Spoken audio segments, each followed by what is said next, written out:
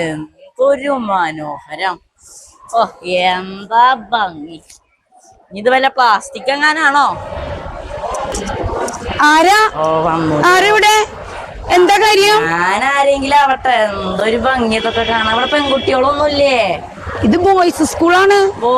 Boys സ്കൂളാണിത്. അങ്ങനെയാണെങ്കിൽ ഇവിടുത്തെ നായകനാരാ? നമ്മുടെ നായകൻ, നമ്മുടെ head master PF Jose master. ഒന്ന് കാണാലോ. ധാര വരണേ. ചാക്യാരോ? വരിക, ഇരിക്കാൻ പറ്റില്ലല്ലോ. ഓരോ പരിഷ്കാരങ്ങളെ നമുക്ക് നമ്മുടെ പീഠം തന്നെയാ നല്ലത്. ചാക്യാർക്ക് ഹെഡ് മാസ്റ്റർ കാണണ്ടേ? വന്നു ഹെഡ് മാസ്റ്റർ. പുതുമഴ വീണ പോലൊരാൾ ഇവിടെ ഇരുന്ന വേളയിൽ ഹൃദയമൊരേ നിലാ നദി വിദ്യ പകർന്നിരുന്നൊരേ അക്ഷരമുറ്റമാകവേ മിന്നി മറഞ്ഞിടുന്നൊരേ മുഖം. ഹൃദയത്തിൽ തൊടുന്ന പുഞ്ചിരി, നർമ്മത്തിൽ കലർന്ന സംഭാഷണ ശൈലി, ഊർജം ആവാഹിച്ചെടുത്തതുപോലുള്ള ഊർജതന്ത്ര ക്ലാസുകൾ, അധികാരികളോടുള്ള വിധേയത്വം, സർവോപരി കലയെ നെഞ്ചോട് ചേർത്ത് പ്രണയിച്ച ഞങ്ങളുടെ പ്രിയ head master Shri PF Jose master. പഠനം കഴിഞ്ഞ് 1992-93 കാലഘട്ടത്തിൽ മധ്യപ്രദേശിലേക്ക് ഒരു യാത്ര. അവിടെ ക്രൈസ്റ്റ് HSSൽ അധ്യാപകനായി, പിന്നീട് ചാലക്കുടി കാർമൽ സ്കൂളിൽ, അതിനുശേഷമുള്ള ദേവമാതാ സ്കൂളുകളിലൂടെയുള്ള ജൈത്രയാത്രയുടെ അവസാനം സെയിന്റ് ജോസഫ് പാവർട്ടി സ്കൂളിന്റെ സാരഥിയായി. ഓഫീസിൽ PF മാഷുണ്ടോന്ന് എത്തിനോക്കി യൂണിഫോം കറക്റ്റ് ചെയ്യുന്ന ഞങ്ങളുടെ ചുണക്കുട്ടന്മാർ.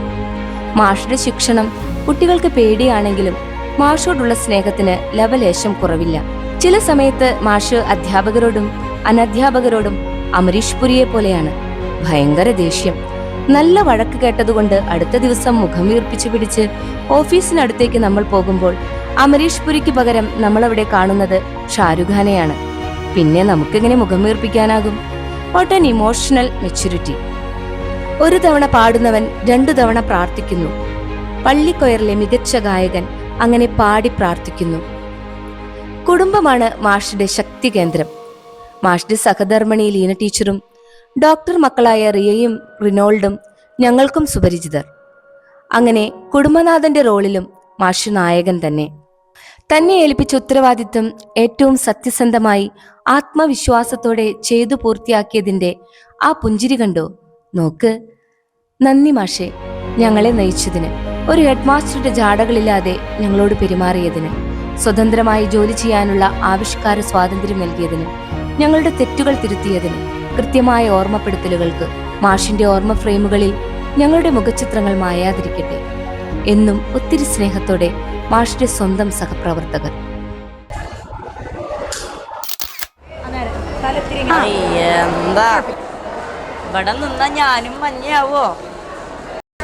ചാക്യാരെ ഒന്ന് നീങ്ങി നിക്ക.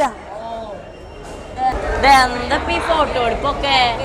ചാക്യാര അറിഞ്ഞില്ലേ? ജെസ്സി ടീച്ചറിന്റെ റിട്ടയർമെന്റ് ആണ്. ഈ റിട്ടയർമെന്റോ ഈ സുന്ദരിയുടെയോ? പറയണ്ട മോനെ, ഏത് നേരം ഇവര് ഫോട്ടോ എടുക്കലാണ്. എപ്പൊ നോക്കിയാലും ടീച്ചറെ പിടിച്ചു നിർത്തി ഫോട്ടോ എടുക്കുക. തോറ്റുപോയി ഞാൻ.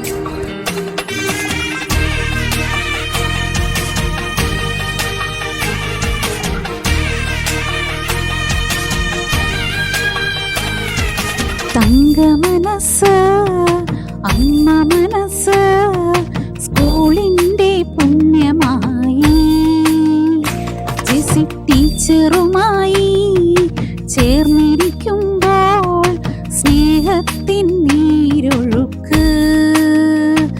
ചിലർ അധ്യാപകരാകുന്നത് അക്ഷരങ്ങൾ പഠിപ്പിക്കാൻ വേണ്ടി മാത്രമല്ല, എങ്ങനെ മനോഹരമായി ജീവിക്കണമെന്ന് കാണിച്ചു തരാൻ കൂടിയാണ്. അതെ, നിസ്സംശയം പറയാം, ജെസ്സി ടീച്ചർ ഞങ്ങൾക്ക് അത്തരത്തിലൊരാളാണ്. 20 വർഷത്തെ മഹനീയമായ സേവനത്തിന് ശേഷം സെന്റ് ജോസഫ്സിൽ നിന്നും പടിയിറങ്ങുന്ന ജെസ്സി ടീച്ചർ ജനിച്ചത് കേരളത്തിലാണെങ്കിലും വിദ്യാഭ്യാസം ബോംബെയിലാണ് പൂർത്തീകരിച്ചത്. അതുകൊണ്ട് തന്നെ ആംഗലേയ സാഹിത്യവും ഹിന്ദിയുമായിരുന്നു ടീച്ചറുടെ ഐച്ഛിക വിഷയങ്ങൾ.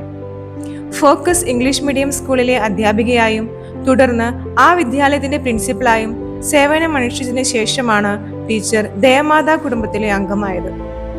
2006 ദേവമാതയുടെ കീഴിലുള്ള പാവറട്ടി സെന്റ് ജോസഫ്സിൽ തന്റെ ഔദ്യോഗിക ജീവിതം ആരംഭിച്ചത്. ആംഗലേയ ഭാഷയാണ് ടീച്ചർ പഠിപ്പിച്ചിരുന്നതെങ്കിലും സ്നേഹത്തിന്റെ ഇംഗ്ലീഷ് അക്ഷരങ്ങളും ജീവിതത്തിന്റെ വ്യാകരണങ്ങളുമുള്ള ഹൃദയ ഭാഷയാണ് കുട്ടികൾ മനസ്സിലാക്കിയിരുന്നത്. ഓരോരുത്തരെയും നേരിൽ കണ്ട് ചിരിച്ചുകൊണ്ട് ഗുഡ് മോർണിംഗ് പറഞ്ഞ് സ്റ്റാഫ് റൂമിൽ പ്രവേശിക്കുന്ന ടീച്ചർ ഓരോ ദിവസവും കർമ്മനിരതമാകാനുള്ള പോസിറ്റീവ് എനർജിയാണ് ഞങ്ങൾക്ക് നൽകുന്നത്. കുടുംബത്തിന്റെ താങ്ങും തണലും എന്നും ടീച്ചറോടൊപ്പമുണ്ട്.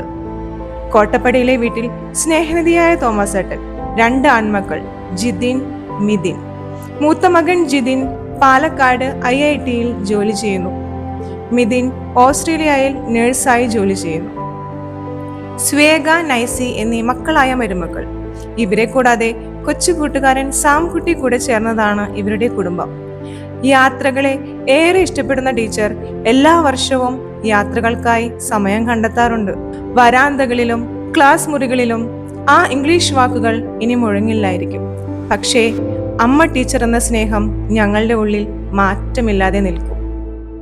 എന്തൊരു ചേലാണ്, നെഞ്ചില് നീരാണ്, എന്റെ കിനാവാണ്.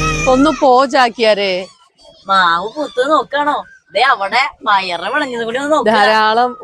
ധാരാളം പയറ് വിളഞ്ഞിട്ടുണ്ട്. നമുക്കൊന്ന് പോയാലോ? ആ നടക്കാം. സംസ്കൃത ക്ലാസ്സിലെ തെന്നലാം ടീച്ചറെ കാർഷിക തൊപ്പിലെ കൊണ്ടുപോകാം. പയറുകൾ പൂവിടും വയലുകൾക്കപ്പുറം ഹൃദയമാം കോവിലിൽ കൊണ്ടുപോകും. സംഗീതത്തിലെ പതിഞ്ഞ താളങ്ങൾ പോലെ ഏറ്റവും ശാന്തമായി തരളമായ ഒരു വ്യക്തി, സ്നേഹമയ്യായ ഗുരു, നൈർമല്യമുള്ള മനസ്സിനുടമ. അതെ, പാവറട്ടി സെന്റ് ജോസഫ്സിൽ നിന്നും വിരമിക്കുന്ന അധ്യാപകരിൽ ഒരാളായ ഗീത ടീച്ചർ വിദ്യാലയത്തിന്റെ ഒരു അമൂല്യ സമ്പത്താണ്.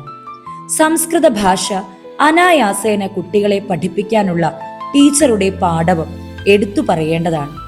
2021-22 വർഷം SSLC പരീക്ഷ എഴുതിയ എല്ലാ വിദ്യാർത്ഥികളും സംസ്കൃതത്തിൽ A+ നേടിയതിന്റെ ക്രെഡിറ്റ് ടീച്ചർക്ക് മാത്രം അവകാശപ്പെട്ടതാണ്. സംസ്കൃതോത്സവത്തിൽ കുട്ടികളെ പങ്കെടുപ്പിച്ച് നിരവധി സമ്മാനങ്ങൾ നേടുന്നത് ഗീത ടീച്ചർക്കെന്നും ആവേശമായിരുന്നു. മിക്ക വർഷങ്ങളിലും സംസ്കൃതോത്സവത്തിൽ സംസ്ഥാന തലത്തിൽ നിരവധി സമ്മാനങ്ങൾ സെന്റ് ജോസഫ് സ്കൂൾ കൈവരിച്ചതിന്റെ പിന്നിൽ ടീച്ചറുടെ കൈകളാണ് എന്ന വസ്തുത പ്രശംസനീയമാണ്. DCAയുടെ കീഴിൽ ആദ്യ അവസാനം പാവറട്ടി സെന്റ് ജോസഫ്സിൽ തന്നെയാണ് ടീച്ചർ സേവനമനുഷ്ഠിച്ചിട്ടുള്ളത്. കുഞ്ഞുങ്ങളോടുള്ള വാത്സല്യപൂർണമായ പെരുമാറ്റം, സഹപ്രവർത്തകരോടുള്ള സ്നേഹമിശ്രണമായ രീതി എല്ലാം ഗീത ടീച്ചർക്ക് മാത്രം സ്വന്തം. ടീച്ചറുടെ കുടുംബവും ശാന്തസുന്ദരമാണ്. ഭർത്താവ് ബാലകൃഷ്ണൻ ബിസിനസ് ചെയ്യുന്നു. 2 പെൺമക്കളാണ്. മൂത്ത മകൾ ഗൾഫിൽ E-commerce എക്സിക്യൂട്ടീവായി ജോലി ചെയ്യുന്നു. രണ്ടാമത്തെ മകൾ സുവോളജി അധ്യാപികയായി JMJ സ്കൂൾ അത്താണിയിൽ ജോലി ചെയ്യുന്നു.